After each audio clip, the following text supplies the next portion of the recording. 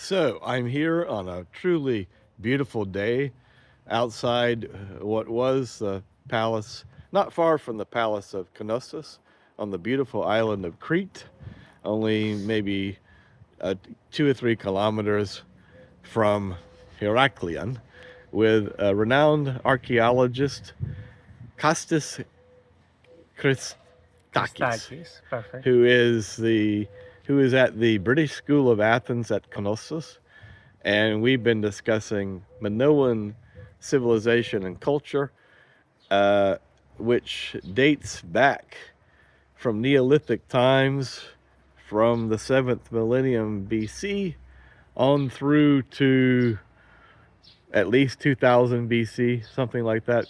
One Costas, thousand BC. 1000 BC. And you were telling me that although the term Minoan for their culture is accepted, you know, in Western media, it's not really a term that archaeologists like. Why? It is not a term that many archaeologists, especially the archaeologists of the young generations, like. They prefer Cretan prehistoric society and not Minoan society. And why is that? Because let's say that the myth of the king Minos, uh, it is not so much related with the Cretan prehistory, but was related with a later stage of the Cretan prehistory.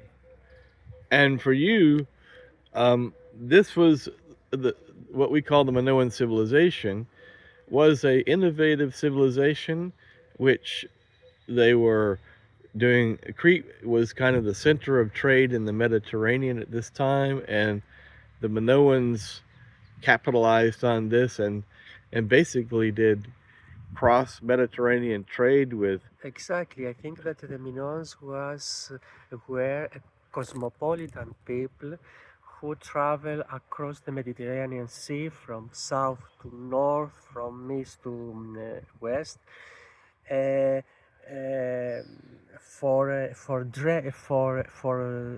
trade purposes. They export olive oil, wine, cereals, textiles, leather goods, and they import raw materials, raw precious materials like gold, silver, ivory. But in the same time, also they were influenced by the cultures of the other civilizations, Egypt, Near East, and Asia Minor, and they adopt different ideological and cultural idioms in order to create something new, something original, something innovative. So you're not saying that they stole ideas, but they were influenced by ideas and adapted them And for their they own use. transform it into something different, something new. And you feel confident that they use celestial navigation on these long distance journeys, although that is not your specialty. Uh, I think that in all pre-industrial societies, uh, there was a common practice navigating, following the stars, following the celestial signs. So no one can exclude this possibility also for the case of the Minoans. And they probably, at the height of their civilization, were exporting olives and wine, you say? Olives, wine, honey, herbs. For medical purposes, Crete was a very well-known place for wild herbs, textiles, precious textiles, and leather goods. And they were amazing at build at the molding clay, Bronze Age, metalworking. The jewelry is fabulous. Yes, exactly. I mean, if you go to the Archaeological Museum, you will see a very fine examples of high craftsmanship, beautiful frescoes, finely decorated pottery, with motifs inspired from the nature, inspired from the sea, from the sky, uh, from the flowers, mm, and beautiful jewels. However, take into consideration that these artifacts comes from elite complexes, from high status complexes like palaces, central buildings of peripheral settlements.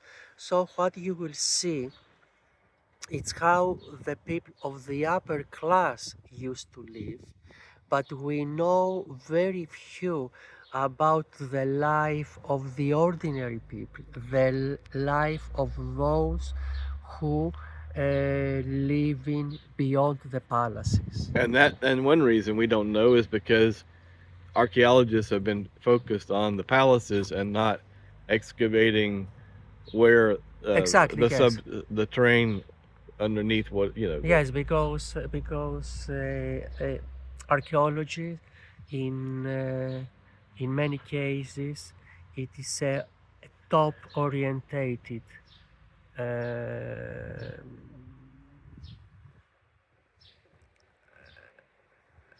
because many archaeologists, in many cases, they have, let's say, a top orientated research agenda.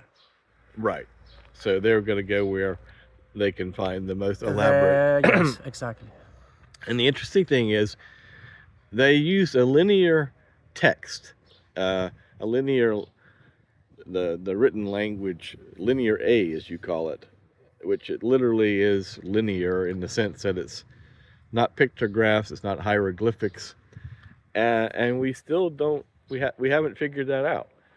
Yes, we don't have both scripts used by the Minoans. I use the term with upper commas, which were the hieroglyphic and linear A script were not deciphered yet. And the interesting thing is the Minoan civilization is really a misnomer because we don't know what they call themselves. We don't even know what they call the island of Crete Exactly, yes. because the myth of King Minos came It's from a, from it Greek is culture, it is a later myth. and the Minoans were not Greek.